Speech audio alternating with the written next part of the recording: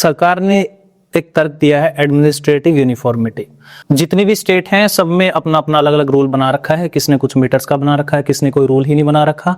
तो कोई मानता है कि अवैध खनन है और कोई मानता है कि नहीं है। तो केंद्र सरकार ने कहा कि हम सभी के लिए एक रूल बनाते हैं 100 मीटर का, कि 100 मीटर की जो पहाड़ियां हैं या उससे नीचे की पहाड़ियां उसको हम पहाड़ी नहीं मानेंगे।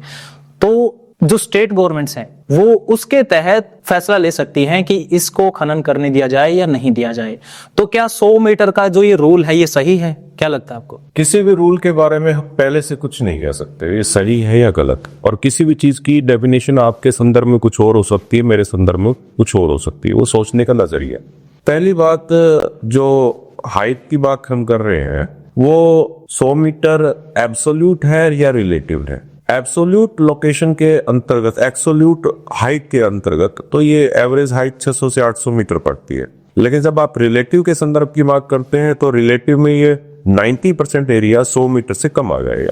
अब प्रॉब्लम यहाँ पर खड़ी होती है कि रिलेटिव हाइट के संदर्भ में 90% एरिया 100 मीटर से कम है। एडमिनिस्ट्रेटिव लेवल पर वो ये बात कह सकते हैं कि अलग अलग जगह पर अलग अलग परिभाषाएं थी, उस परिभाषा को एक परिभाषा में बांध दिया हुए। लेकिन अब उन्होंने एक परिभाषा बनाने से क्या खनन पर रोक लग जाएगा? क्या खनन पहले से द्रुत गति से नहीं होगा? हम कैसे मना कर सकते? आज भी 2022 में डाडम पहाड़ी का अगर आपने जिक्र सुना होगा तो शाम की वहां पर खनन हो रहा था और बहुत से मजदूर दब के मरे थे।